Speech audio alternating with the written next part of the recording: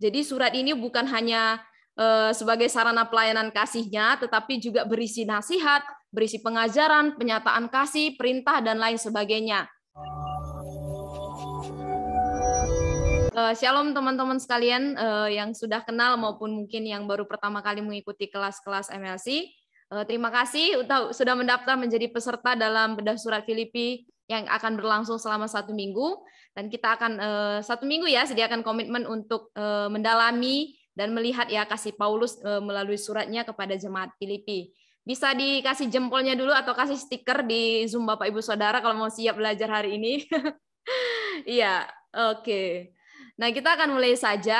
Perlu kita ketahui ya, bagi teman-teman yang mungkin belum pernah mengikuti bedah surat atau bedah kitab, ini satu program biblical engagement yang tujuannya supaya kita belajar dan kita punya kedekatan relasi yang baik gitu dengan firman Tuhan. Kita juga punya kehidupan yang berdasarkan firman Tuhan, sehingga kita bisa menghidupkan firman Tuhan itu dan setiap hari kita juga bisa menghidupinya dan bertumbuh di dalamnya.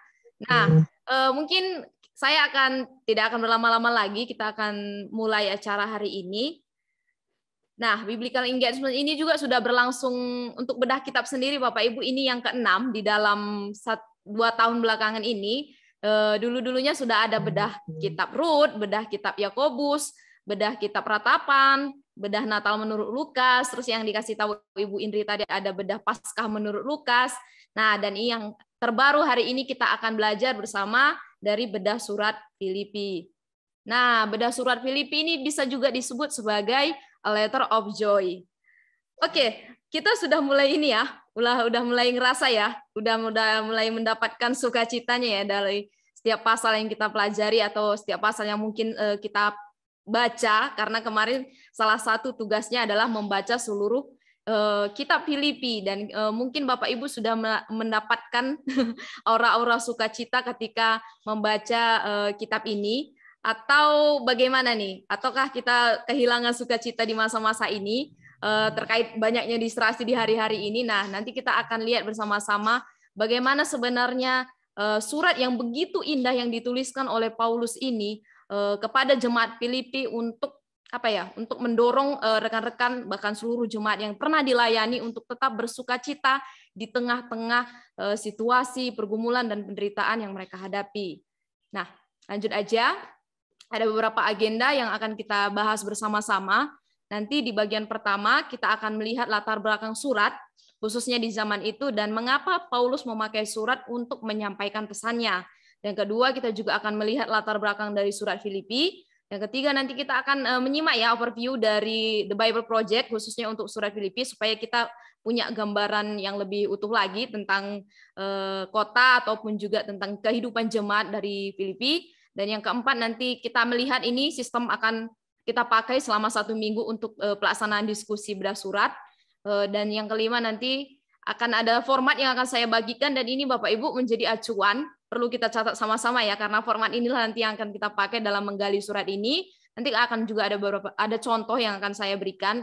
Kiranya ini juga nanti bisa membuka kita sedikit ya, supaya bisa mengerti nanti ketika kita besok hari, kita bisa mulai dengan hasil penggalian yang baik karena sudah ada format, sudah ada panduan, dan juga sudah ada contoh yang saya berikan.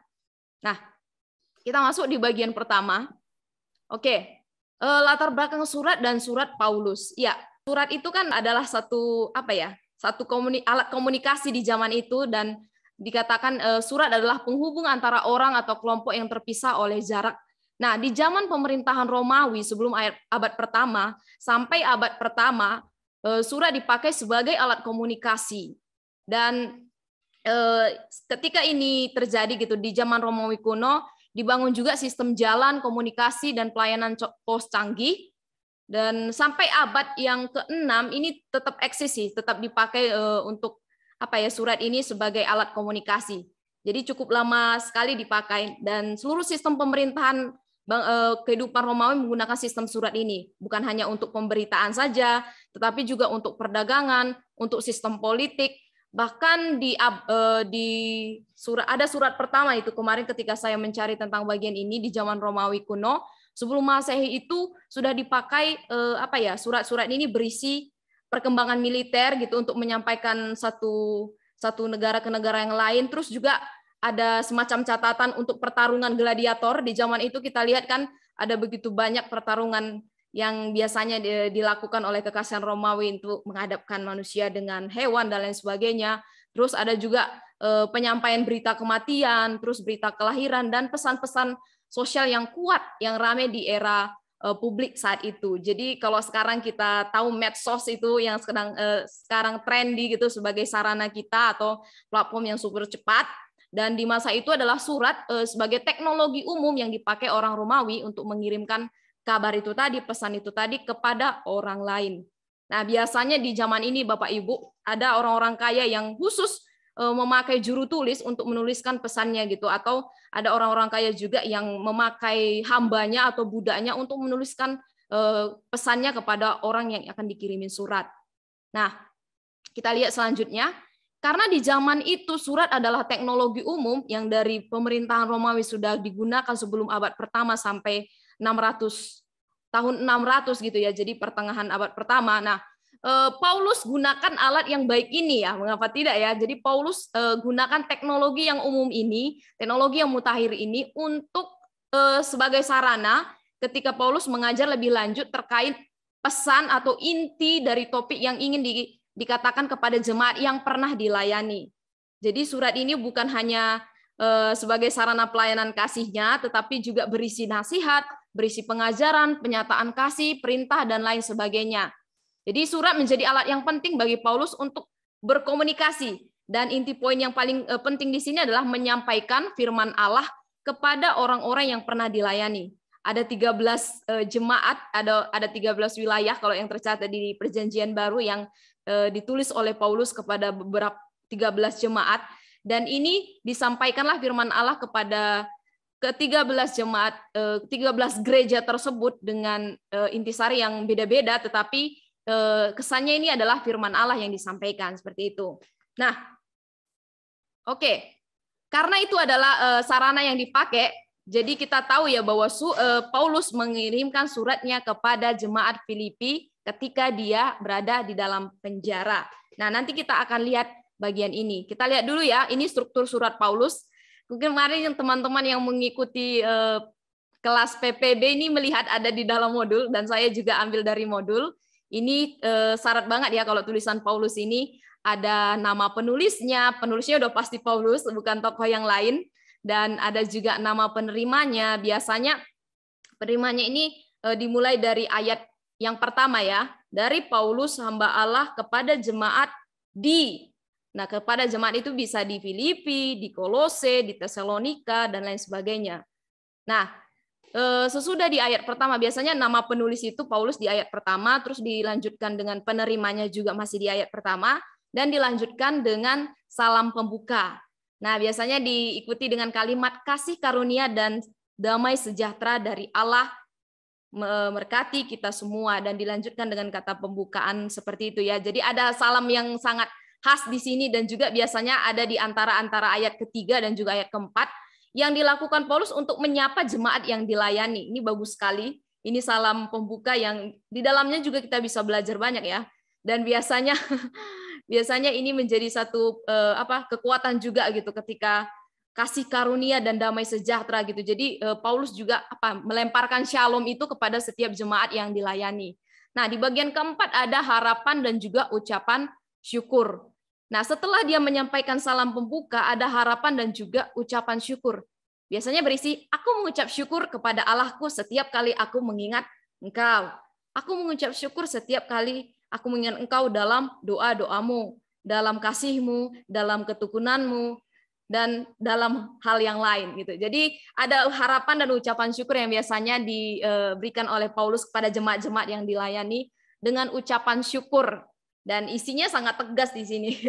Oke, dan yang berikutnya adalah isi surat. Nah, kenapa ini saya highlight yang paling besar? Karena ini adalah tubuh surat, atau bisa dikatakan sebagai isi yang merangkum seluruh apa masalah yang terjadi di dalam kehidupan jemaat itu, atau apa topik-topik penting yang konsen disampaikan Paulus kepada jemaat itu, bahkan apa isu-isu yang utama nih, apakah bersifat pengajaran, nasihat, ataukah teguran, atau juga berupa harapan kepada jemaat yang dilayani. Jadi dalam isinya itu sudah tertulis semua bagian dari isi surat Paulus.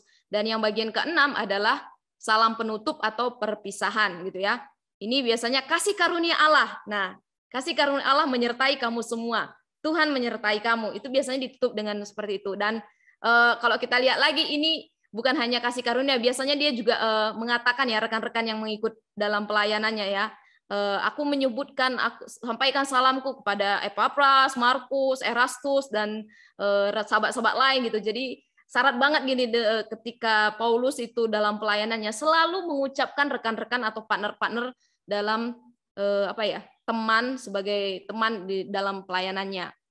Nah, ini adalah bagian dari struktur dari surat-surat Paulus.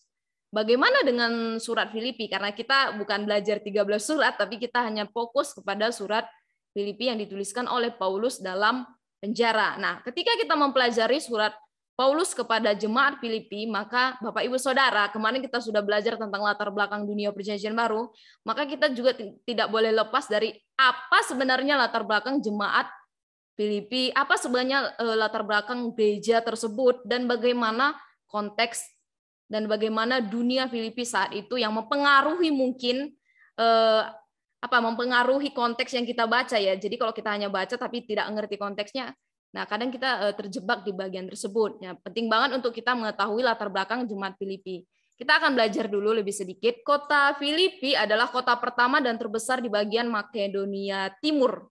Nama aslinya sebenarnya Krenides. Ini didirikan 359 Masehi. Dan ketika Filipus II, ini ayahnya Alexander Agung, ketika dia datang ke kota tersebut dan mereka menguasai kota tersebut, maka namanya sendiri dibuat sebagai kota tersebut. Yang tadinya namanya aslinya adalah Krenides, diganti menjadi kota Filipi. Jadi ia mengambil alih kota tersebut dan menamakannya sesuai dengan namanya. Dan ketika dia sudah penguasa di kota Filipi ini, di wilayah Yunani ini, dia kemudian mendirikan kota ini sebagai basis militer untuk melindungi daerah-daerah yang pernah ditaklukkan. Dan di sana juga banyak tambang emas, bahkan setiap tahun dikatakan dia juga penting sebagai rute perdagangan dan di kawasan Asia gitu untuk perdagangan yang ada di sekitaran itu. Jadi jelas ini rute yang sangat penting dan kota yang sangat, meskipun kuno, ini paling terbesar gitu di Makedonia Timur.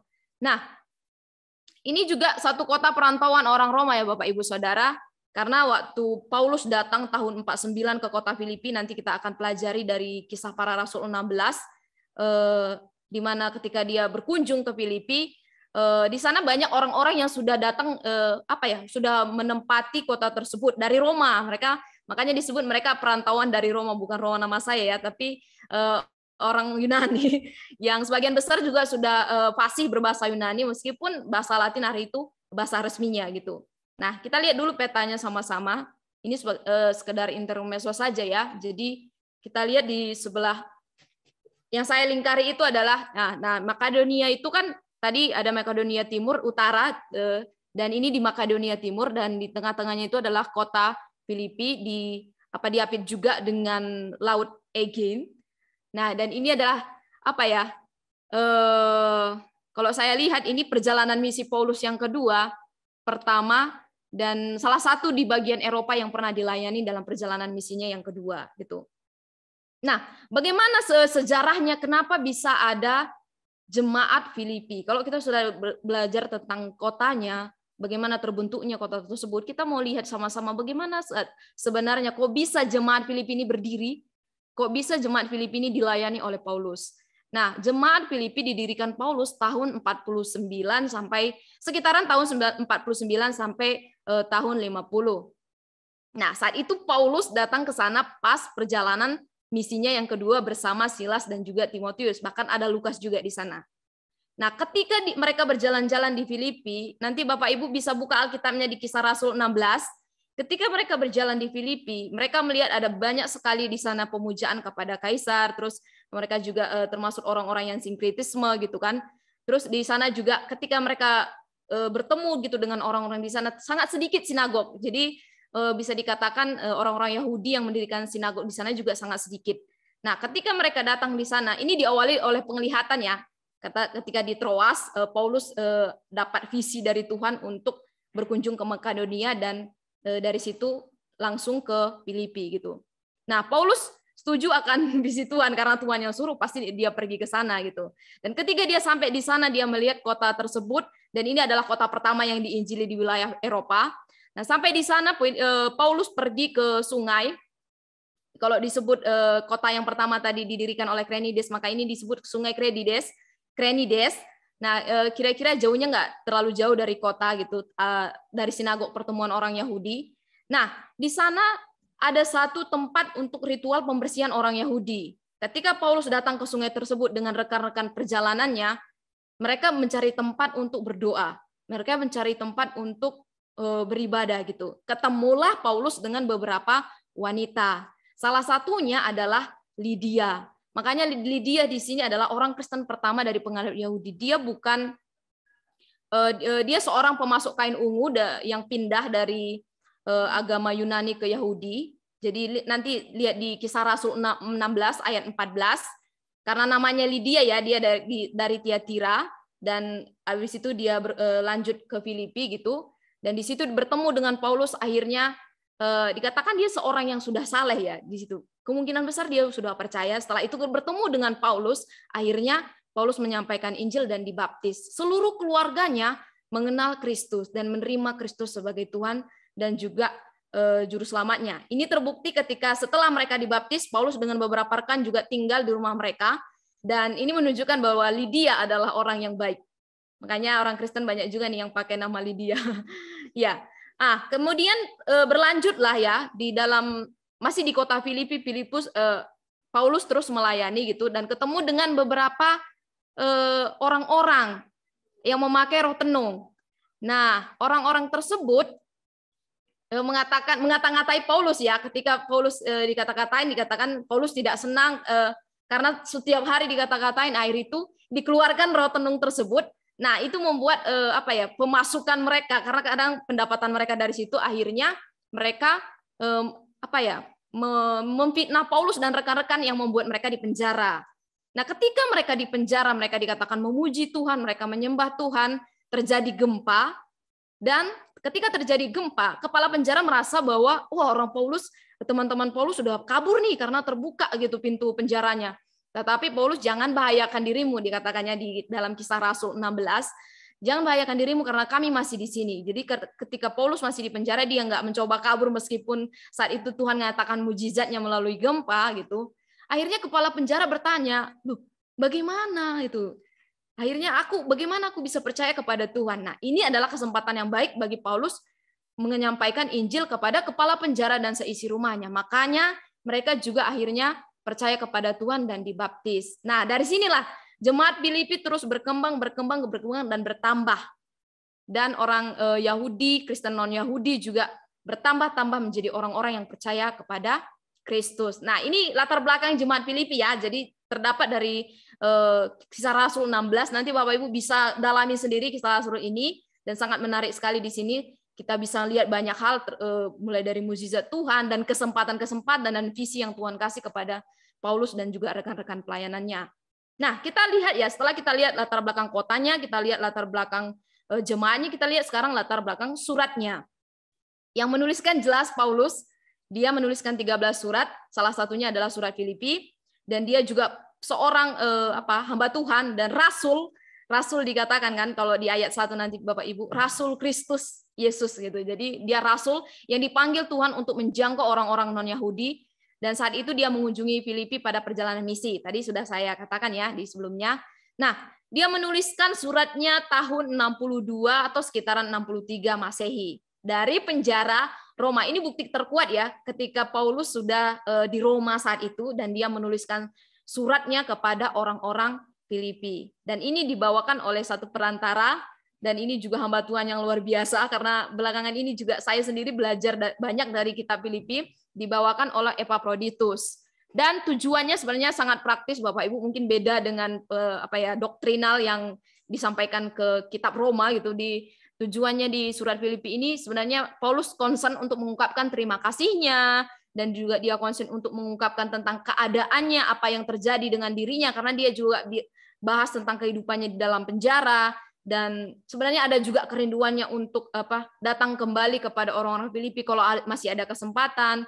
Terus juga ada tujuannya untuk menantang jemaat untuk mengikuti teladan kerendahan hati Yesus, karena saat itu juga ada beberapa masalah yang terjadi, salah satunya pertikaian kecil sih sebenarnya antara Euodia sama Sintike gitu. Nanti kita pelajari juga dalam kelas lebih jauh.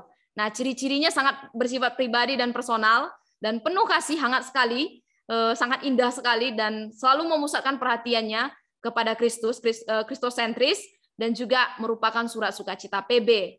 Nah, makanya tadi disebut juga sebagai a letter of joy, dan mengungkapkan tentang bagaimana standar kehidupan orang Kristen yang kuat di dalam Tuhan.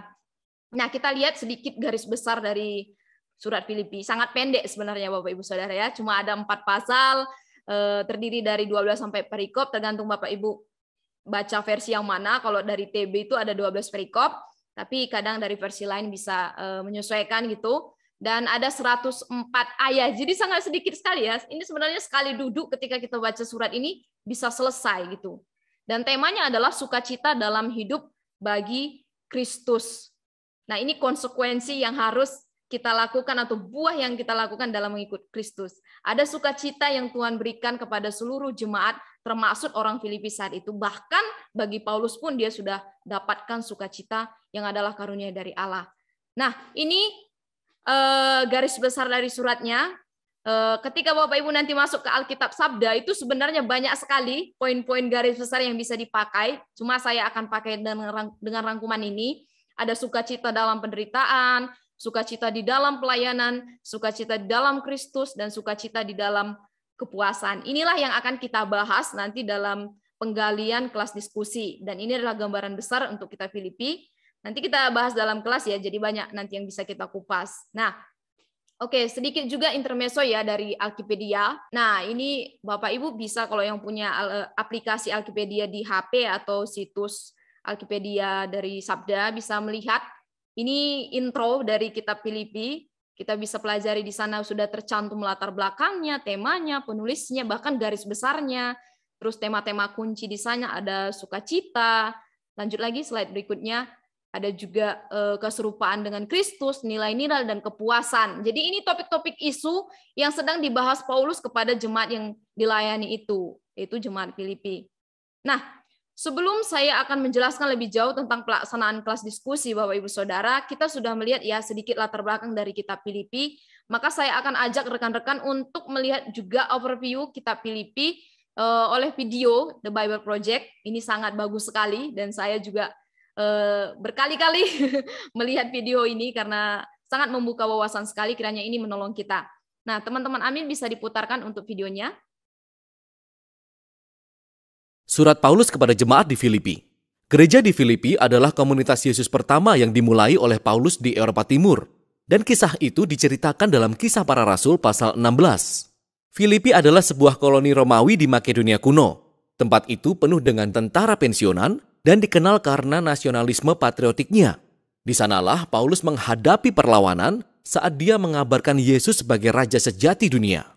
Setelah Paulus pindah dari sana, mereka yang menjadi pengikut Yesus terus mengalami perlawanan dan bahkan penganiayaan. Namun mereka tetap menjadi komunitas yang hidup, setia kepada jalan Yesus.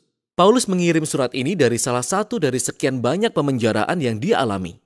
Dan untuk alasan yang sangat praktis, jemaat Filipi mengutus salah satu anggota mereka, Epafroditus, untuk memberikan persembahan kasih kepada Paulus untuk membantunya di penjara. Paulus mengirim surat ini kepada Epafroditus sebagai ungkapan terima kasih dan untuk melakukan lebih banyak lagi. Perancangan surat ini tidak mengembangkan hanya satu gagasan dari awal sampai akhir, seperti banyak surat Paulus lainnya. Sebaliknya, Paulus telah menyusun serangkaian renungan esai pendek atau gambaran-gambaran pendek. Dan semuanya berputar mengelilingi inti dalam surat ini yang merupakan sebuah puisi di pasal 2. Secara artistik, hal ini menceritakan kembali kisah inkarnasi, kehidupan, kematian, kebangkitan, dan pengagungan Mesias. Kemudian di setiap gambaran pendek ini, Paulus mengambil kata-kata kunci atau gagasan dari puisi itu untuk menunjukkan bagaimana hidup sebagai orang Kristen berarti melihat kisah kita sendiri sebagai cerminan hidup dari kisah Yesus. Jadi Paulus membuka surat itu dengan doa syukur dan dia bersyukur kepada Tuhan atas kemurahan hati orang Filipi, atas kesetiaan mereka, dan dia mengungkapkan keyakinannya bahwa karya yang mengubah hidup yang telah dimulai Allah di dalam diri mereka akan berlanjut ke dalam ungkapan kesetiaan dan kasih yang lebih besar dan indah. Paulus kemudian berfokus pada kekhawatiran mereka saat itu, yaitu statusnya di penjara. Berada di penjara Romawi sangat tidak menyenangkan. Tapi sebaliknya, ternyata ini menjadi hal yang baik untuk memajukan kabar baik tentang Yesus. Jadi semua penjaga Romawi, semua petugas administrasi tahu bahwa Paulus dipenjara karena memberitakan Yesus sebagai Tuhan yang telah bangkit. Dan pemenjaraannya telah mengilhami rasa percaya diri bagi orang-orang Kristen lainnya untuk berbicara tentang Yesus dengan lebih terbuka. Paulus optimis dia akan dibebaskan dari penjara, tapi kemungkinan dia bisa dihukum mati. Dan saat dia merenungkannya, hal itu sebenarnya tidak terlalu buruk juga. Karena bagiku, kata Paulus, hidup adalah Kristus dan mati adalah keuntungan. Bagi Paulus, hidupnya di masa sekarang dan di masa depan ditentukan oleh kehidupan dan kasih Yesus untuknya. Jadi jika dia dihukum mati, itu artinya dia akan berada bersama Yesus. Dan itu adalah hal yang hebat baginya.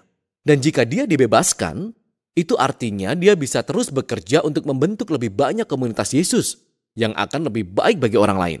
Jadi, itulah yang dia harapkan. Nah, perhatikan jalan pikiran Paulus di sini. Mati bagi Yesus bukanlah pengorbanan sejati bagi Paulus. Sebaliknya, tetap hidup demi melayani orang lainlah yang merupakan pengorbanan baginya. Dan itulah cara Paulus untuk ikut serta dalam kisah Yesus, menderita untuk lebih mengasihi orang lain daripada dirinya sendiri. Paulus kemudian beralih ke jemaat Filipi dan dia mendesak mereka untuk ikut serta dalam teladan Yesus dengan mengambil pola pikir yang sama. Dia berkata, hanya hendaklah hidupmu berpadanan dengan Injil Kristus. Jadi orang-orang Kristen di Filipi hidup dalam sarang patriotisme Romawi. Tapi cara hidup mereka harus dibentuk oleh seorang raja lain, Yesus. Dan ini mungkin mengakibatkan penganiayaan. Tetapi mereka tidak perlu takut. Sebab penderitaan karena dikaitkan dengan Yesus adalah cara untuk menghayati kisah Yesus sendiri. Yang membawa Paulus ke dalam puisi besar di pasal 2. Puisi ini kaya dengan gema teks perjanjian lama. Khususnya kisah tentang Adam dalam pemberontakannya dalam Kejadian 1-3. Dan puisi tentang hamba yang menderita di kitab Yesaya. Puisi ini layak diingat. Ini adalah versi ringkas kisah Injil yang indah. Jadi sebelum menjadi manusia, Mesias sudah ada sebelumnya dalam keadaan kemuliaan dan kesetaraan dengan Allah. Dan tidak seperti Adam yang mencoba merebut kesetaraan dengan Allah. Sang Mesias memilih untuk tidak memanfaatkan status kesetaraannya demi keuntungan dirinya sendiri. Sebaliknya, dia mengosongkan dirinya dari status apapun. Dia menjadi manusia, dia menjadi pelayan bagi semua. Dan bahkan lebih dari itu, dia membiarkan dirinya dipermalukan. Dia taat kepada Bapa dengan menghadapi kematiannya di tiang gantungan eksekusi Romawi. Tetapi, melalui kuasa dan anugerah Allah, kematian Mesias yang memalukan telah ditunggang-balikan melalui kebangkitan. Dan sekarang Allah telah meninggikan Yesus sebagai Raja atas semuanya. Memberikan kepadanya nama di atas segala nama, sehingga semua ciptaan harus mengakui bahwa Yesus Sang Mesias adalah Tuhan bagi kemuliaan Allah Bapa. Nah, pernyataan terakhir itu mencengangkan. Paulus mengutipnya dari Yesaya pasal 45. Ini adalah bagian di mana semua ciptaan mengakui Allah Israel sebagai Tuhan. Maksud Paulus di sini sangat jelas. Di dalam Yesus yang disalibkan dan bangkit, kita menemukan bahwa satu-satunya Allah Israel yang sejati terdiri dari Allah Bapa dan Tuhan Yesus. Dan bagi Paulus, puisi ini mengungkapkan keyakinannya tentang siapa sejatinya Yesus dan lebih banyak lagi. Puisi ini menawarkan keteladanan Yesus sebagai cara hidup yang harus ditiru oleh para pengikutnya. Itulah sebabnya Paulus segera menceritakan dua kisah. Pertama, tentang Timotius, lalu Epafroditus. Karena keduanya adalah contoh orang-orang yang menghidupi kisah Yesus. Timotius adalah seperti Yesus, karena dia selalu memperhatikan kesejahteraan orang lain lebih daripada dirinya sendiri. Dan Epafroditus yang diutus oleh jemaat Filipi bersama dengan persembahan kasih mereka, akhirnya mempertaruhkan nyawanya untuk melayani Paulus di penjara. Dia jatuh sakit sangat parah, sehingga dia hampir mati untuk membantu Paulus. Tapi Tuhan mengasihani dia dan Paulus. dengan tidak membiarkan dia kehilangan seorang teman. Maksud Paulus di sini adalah bahwa inilah jenis orang yang hidup dengan memberikan teladan dari kisah Yesus dan mereka layak mendapat sambutan. Paulus kemudian beralih kepada kisahnya sendiri sebagai contoh. Orang-orang Kristen yang telah menuntut penyunatan orang-orang Kristen non-Yahudi, ingat suratnya kepada orang-orang Galatia, orang-orang ini masih menimbulkan masalah bagi Paulus. Dan mereka terus mengingatkan Paulus akan masa lalunya sendiri saat dia menganiaya pengikut Yesus, saat dia mencoba menunjukkan haknya di hadapan Tuhan dengan ketaatannya yang tekun terhadap hukum Taurat. Tapi seperti Yesus, Paulus telah melepaskan semua status dan hak istimewa itu. Dia sekarang menganggap semua itu sebagai sampah, dan kata yang dia gunakan sebenarnya kurang sopan. Dia telah memberikan semuanya untuk menjadi pelayan seperti Yesus, untuk ikut serta dalam penderitaan dan pengorbanan Yesus. Dan Paulus melakukan semua ini dengan harapan bahwa kasih Yesus akan membawanya melalui kematian dan menuju ke sisi lain ke dalam kebangkitan. Jadi Paulus berkata bahwa bagi para pengikut Yesus, kewargaan sejati mereka ada di surga. Yang bagi Paulus, bukan berarti kita semua berharap untuk menjauh dari bumi dan pergi ke surga suatu hari nanti. Sebaliknya, surga adalah tempat sempurna di mana Yesus memerintah sebagai Raja. Dan dia berkata bahwa kita dengan penuh semangat menantikan juru selamat kerajaan kita untuk datang dari sana dan kembali ke sini untuk membawa kerajaan keadilan yang menyembuhkan dan kasih yang mengubahkan, untuk membawa sebuah ciptaan baru. Paulus kemudian menantang jemaat di Filipi agar tetap tinggal di dalam kisah Yesus. Dia pertama-tama menyebut dua pemimpin wanita terkemuka di gereja yang bekerja sama dengan Paulus, dan mereka berada dalam semacam konflik. Sehingga Paulus menasehati mereka untuk mengikuti teladan kerendahan hati Yesus untuk didamaikan dan disatukan.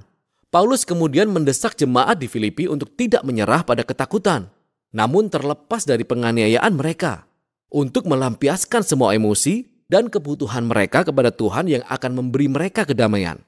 Dan kedamaian itu, kata Paulus, datang dengan memusatkan pikiran kita pada hal yang baik, benar, dan indah. Selalu ada sesuatu yang membuat kita mengeluh. Tetapi seorang pengikut Yesus tahu bahwa semua kehidupan adalah anugerah dan dapat memilih untuk melihat keindahan dan kasih karunia dalam situasi kehidupan apapun, yang membawa Paulus sampai pada kesimpulannya. Dia sekali lagi berterima kasih kepada jemaat di Filipi atas persembahan kasih mereka. Dan dia ingin mereka tahu bahwa pemenjaraannya, bahwa masa kemiskinannya bukanlah merupakan kesulitan baginya. Pemenjaraan dan kemiskinan itu benar-benar menjadi guru terbesar Paulus, menunjukkan kepadanya bahwa tidak peduli situasi apapun, Paulus telah belajar rahasia kepuasan, yang adalah kebergantungan pada satu-satunya pribadi yang menguatkan dia. Paulus telah melihat penderitaannya sendiri sebagai sebuah partisipasi dalam kisah Yesus. Surat kepada jemaat di Filipi memberi kita sebuah jendela yang unik ke dalam hati dan pikiran Paulus sendiri. Dia melihat seluruh hidupnya sebagai sebuah pemunculan kembali kisah Yesus. Dan kita dapat merasakan dalam surat ini hubungan dekatnya dengan Yesus. Kesadarannya bahwa kasih dan kehadiran Yesus lebih dekat daripada hidupnya sendiri. Dan itulah yang memberinya harapan dan kerendahan hati di saat-saat paling gelap. Jadi, Paulus menunjukkan kepada kita bahwa mengenal Yesus selalu merupakan pertemuan pribadi yang mendalam, yang mengubahkan. Dan Paulus mengundang orang-orang untuk mengikuti Yesus yang seperti ini. Dan itulah isi surat Paulus kepada jemaat di Filipi. Oke, ya kita sudah melihat ya overview dari video TBP dan juga saya tadi juga sudah jelaskan sedikit latar belakang Filipi. Maka kalau kita kembali ke share screen, kita bisa tahu ya Bapak Ibu Saudara, dari pendahuluan tadi, letter of joy, mengingatkan kita lagi bahwa Paulus benar-benar menuliskan suratnya kepada jemaat Filipi dengan hatinya yang penuh atau dengan sepenuh hati, dengan sukacita yang dalam daripada Tuhan. Kalau kita lihat di kisah Rasul lagi, di Filipi 1 ayat 4 dikatakan, aku bersyukur kepada Allahku setiap kali aku mengingat engkau. Ini kadang disalah artikan nih ayatnya oleh anak-anak muda ya. Iya, tapi maksud Paulus di sini senantiasa bersyukur ketika dia mengingat orang Filipi dalam doanya, dalam sukacitanya, dalam segala hal gitu. Dia bersyukur ketika mengingat orang-orang Filipi, orang-orang yang pernah dilayaninya, dan itu membuat hati Paulus bergetar dengan sukacita yang penuh daripada Tuhan. Nah, sekarang kita akan masuk dalam panduan untuk pelaksanaan kelas diskusi bedah surat Filipi 1 minggu ke depan, Bapak Ibu Saudara. Nanti harap diperhatikan baik-baik. Ini yang akan kita langsungkan karena kelas bedah Filipi ini cukup unik, berbeda dengan kelas MLC pada biasanya gitu. Kalau modul kan kita udah pasti dari modul kita acuannya. Nah, tapi ini nanti kita akan menggalinya melalui proses metode SABDA. Ini teman-teman yang sudah mengikuti bedah beberapa kali mungkin sudah mengetahui ya, SABDA itu singkatan dari simak, analisa, belajar, doa, diskusi, dan juga aplikasi. Kita akan gunakan metode ini untuk membedah surat Filipi. Untuk simak itu kita perlu membaca, dan membaca, bisa mungkin dengan Badeno, baca, dengar, nonton. Kemarin sudah dikirim juga oleh admin ke grup, seluruh kitab Filipi. Jadi Bapak Ibu harus membaca, jangan tidak membaca ya, tapi harus membaca surat Filipi ini. Bisa juga nanti dibandingkan dengan beberapa versi yang lain, karena kalau ada beberapa versi kita bisa melihat ya perbandingannya ya, apa sebenarnya maksud penulis saat itu gitu. Kalau ada beberapa versi yang mungkin bisa kita pakai dalam menyimak seluruh bagian dari kitab atau ayat yang sedang kita pelajari. Nah, bagian analisa ini itu fungsinya kita untuk mengamati dan juga menggali apapun yang ingin dianalisis. Jadi silahkan gali nanti kata-kata penting atau frasa penting, kata-kata sulit, kata-kata yang sering diulang-ulang, lihat juga situasi dan konteksnya, bahkan lihat juga nanti terkait sukacita gitu dari sudut pandang analisa Bapak Ibu Saudara ya, terkait kata-kata yang sering diulang-ulang di dalam ayat yang sedang digali. Nah, untuk itu selanjutnya ada kata metode B di sini adalah belajar. Pelajari hasil dari seluruh sistem simak dan juga analisa. Tadi sudah baca, sudah membandingkan dengan versi lain, sudah mengamati dengan kata-kata sulit, yang kata-kata penting yang sudah sering diulang-ulang. Nah, Bapak Ibu bisa pelajari dan minta pimpinan Roh Kudus untuk dapat menyimpulkan pelajaran apa yang Bapak Ibu dapatkan. Jadi ini ketika kita menggalinya pun kita butuh hikmat Tuhan gitu, pimpinan Tuhan untuk mengerti apa yang sedang kita pelajari. Karena kita belajar firman Tuhan, pasti kita perlu pertolongan Tuhan untuk mengerti apa sebenarnya isi dan maksud dari firman yang kita pelajari. Dan setelah itu doa diskusi di sini, doakan agar Tuhan bukakan pandangan kita dan bagian yang kita gali. Silahkan diskusikan di dalam kelompok besar, itu di kelas diskusi. Dan aplikasi apa respon dan relevansinya dengan keadaan kita, dengan gereja kita, dan kehidupan pribadi kita. Ini aplikasi, jadi sampai kepada langkah praktis yang harus kita lakukan ya. Jadi nggak ngambang di teori, tapi kita juga harus aplikasikan pelajaran-pelajaran penting yang sudah kita dapatkan melalui penggalian ini. Nah, ini berikut adalah panduan penggaliannya yang akan kita pakai dalam prosesnya. Ini panduan penggalian yang bisa Bapak Ibu pakai nanti. Jadi setiap hari baca seluruh teks dalam setiap pasal yang diteliti. Nanti kita lihat hari diskusinya ya, bagian mana yang perlu kita teliti. Terus setelah itu baca. Ini langkah yang paling aman, baca. Karena Alkitab itu menjelaskan Alkitab sendiri gitu. Jadi ayat menjelaskan ayat. Jadi ketika kita membaca bukan hanya sekali tapi berulang-ulang, kita bisa mendapatkan maksud dari penggalian, dan kita juga mendapatkan hasil dari analisis yang sudah kita pelajari. Nah, temukan hal-hal berikut, bagian ketiga. Apa yang Bapak Ibu dapatkan dari Paulus tentang ayat yang Bapak Ibu pilih? Apa juga pelajarannya tentang jemaat Filipi atau gereja Filipi saat itu? Dan apa juga pelajarannya tentang Tuhan dan juga tentang diri sendiri? Dan yang terakhir adalah pelajaran tentang sukacita. Karena ini adalah kitab sukacita, kita belajar tentang sukacita yang bisa kita pelajari. Enggak langsung nanti eksplisit ya jelaskan ada kata sukacita, tetapi dari setiap pasal kita bisa melihat ada sukacita di dalam bagian-bagian tertentu, di mana itu adalah hatinya Paulus untuk orang Filipi. Dan yang terakhir, jangan lupa ambil aplikasi dan bagikan yang sudah didapatkan ke kelas diskusi dengan format sebagai berikut. Nah, ini format yang akan kita pakai. Lanjut. Nah, ini formatnya nanti akan dibagikan ke kelas. Ini formatnya besok. Jadi ketika besok masuk dalam kelas diskusi, formatnya seperti ini. Pertama, ayat yang dipilih ayat berapa. Terus masuk di ayat kedua, setelah formatnya, ada sharing pelajaran. Ada 3 hal yang kita pelajari. Bagaimana Paulus menanggapi terkait suratnya yang dikirimkan ke Filipi, dari dirinya sendiri, kehidupan personalnya. Ada hal yang bisa kita pelajari dari Paulus. Terus yang kedua, belajar tentang jemaat Filipi sendiri atau gereja Filipi. Dan yang ketiga, belajar tentang Tuhan dan juga diri sendiri. Karena ini adalah firman Tuhan, pasti Tuhan yang berkarya di dalamnya. Dan apa maksud Tuhan menuliskannya ke Filipi, bahkan ke kita. Karena suratnya ini pasti relate dalam kehidupan kita ya, masih relevan gitu lah. Meskipun suratnya udah dituliskan beribu tahun yang lalu, tapi sampai sekarang firman Tuhan ini tetap kekal dan bisa berlaku bagi kehidupan pribadi kita sendiri. Dan yang kedua adalah sharingkan pelajaran tentang joy atau tentang sukacita yang Bapak Ibu dapatkan. Dan yang terakhir, jangan lupa aplikasinya.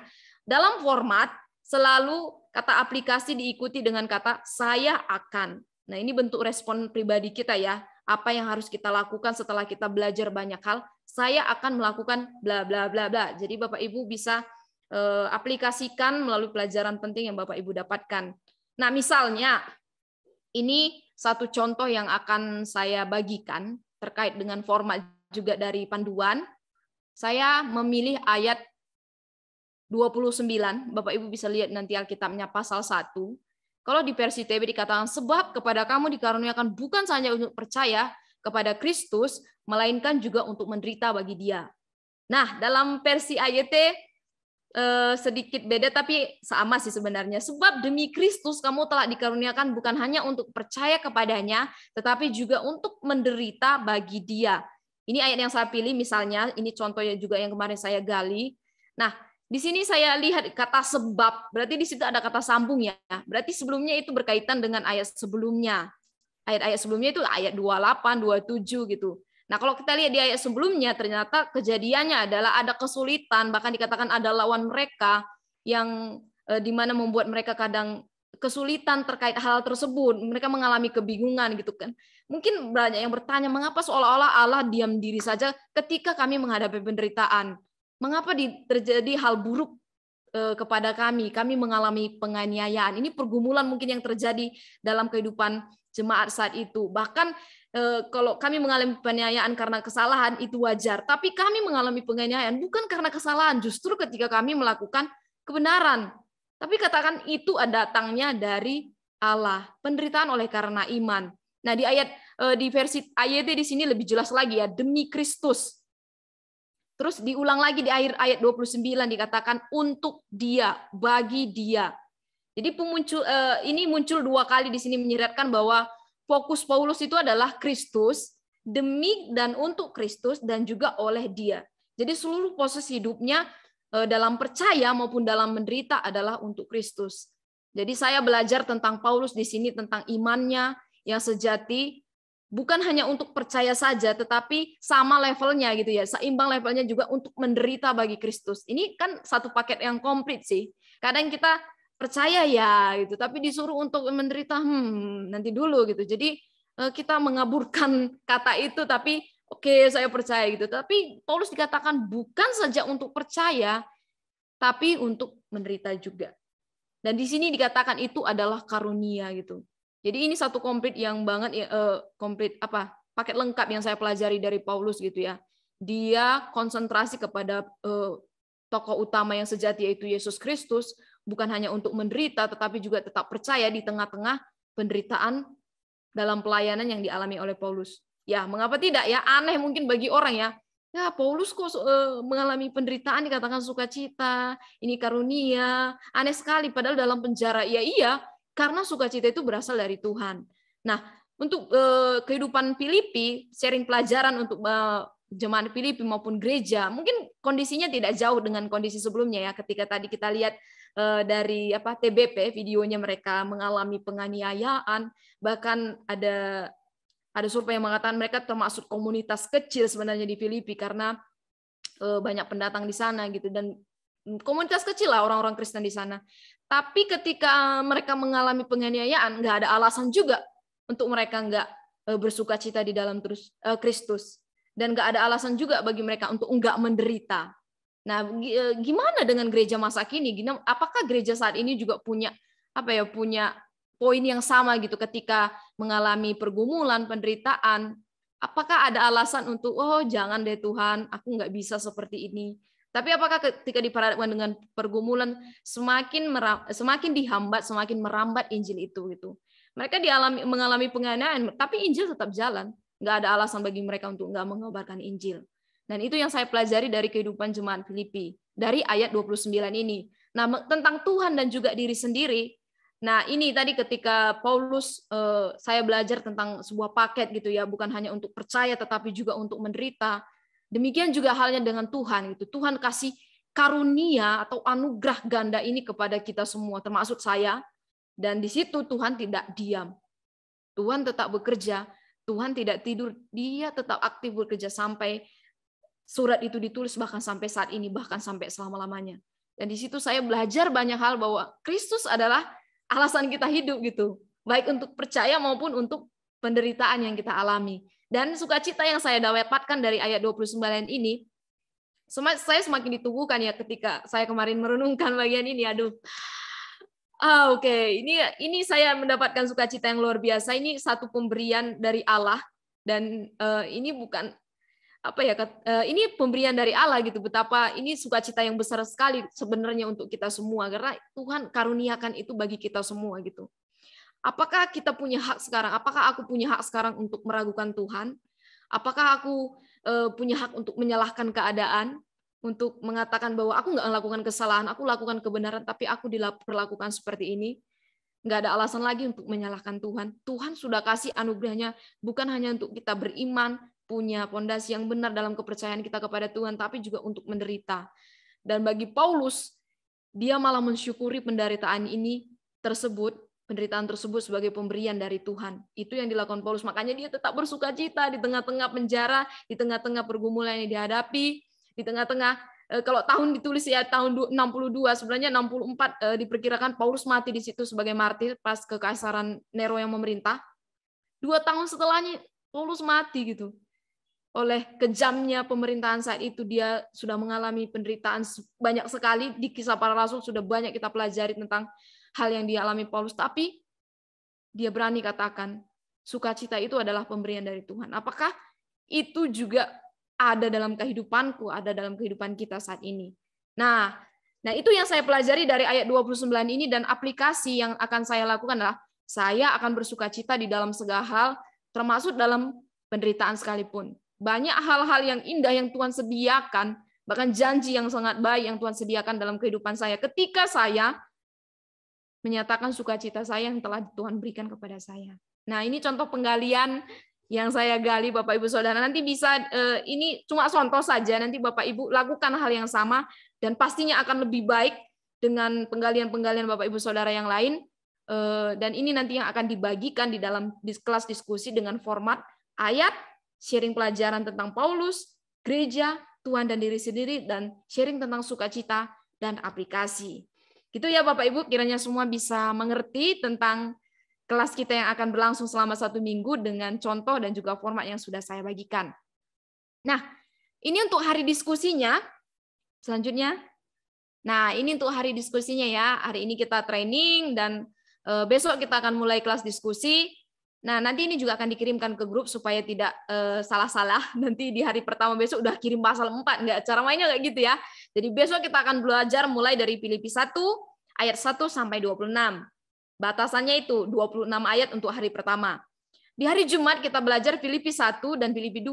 Pasal 1 ayat 27 sampai 30 dan pasal 2 ayat 1 sampai 11. Jadi dibagi ya di hari kedua dari 2 pasal. Terus di hari Sabtu Filipi 2, kita belajar dari ayat 12 sampai 30. Dan di hari Senin kita belajar Filipi 3, hari Selasa kita belajar Filipi 4. Dan hari Rabu kita akan bertemu di jam yang sama seperti ini untuk evaluasi kelas.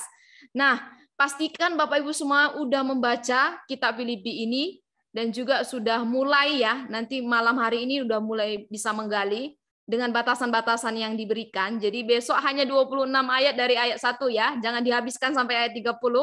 Nanti akan ada moderator juga yang akan batasi ya, dan reminder Bapak Ibu sekalian. Lanjut. Ya, penutup. Oke, Bapak Ibu Saudara, kita sudah sampai di ujung dan waktunya cukup padat ternyata hari ini ya. Ini surat Filipi, 16 kali kata bersukacita disebutkan di kitab ini. Dan ini pasti Bapak Ibu hafal semuanya. Bersukacitalah senantiasa dalam Tuhan. Sekali lagi kukatakan bersukacita di dalam Tuhan. Sukacita adalah salah satu buah roh. dan ini harusnya menghiasi kita karena ini adalah pemberian dari Tuhan. Dan dikatakan senantiasa di dalam Tuhan, berarti di sini bukan sekali dua kali, tapi terus-menerus bersukacita.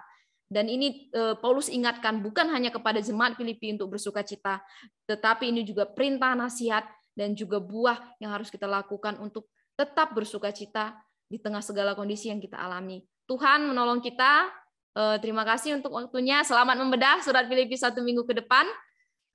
Kiranya Tuhan menolong kita semua untuk menggali isi hati Tuhan melalui kebenarannya. Nanti mungkin awal-awal slow ya Bapak Ibu, karena mungkin kita baru hari pertama ya, gimana sih formatnya, mungkin kadang masih ada yang salah, tapi nanti dari moderator juga akan memandu untuk penggalian Bapak Ibu Saudara. Thank you.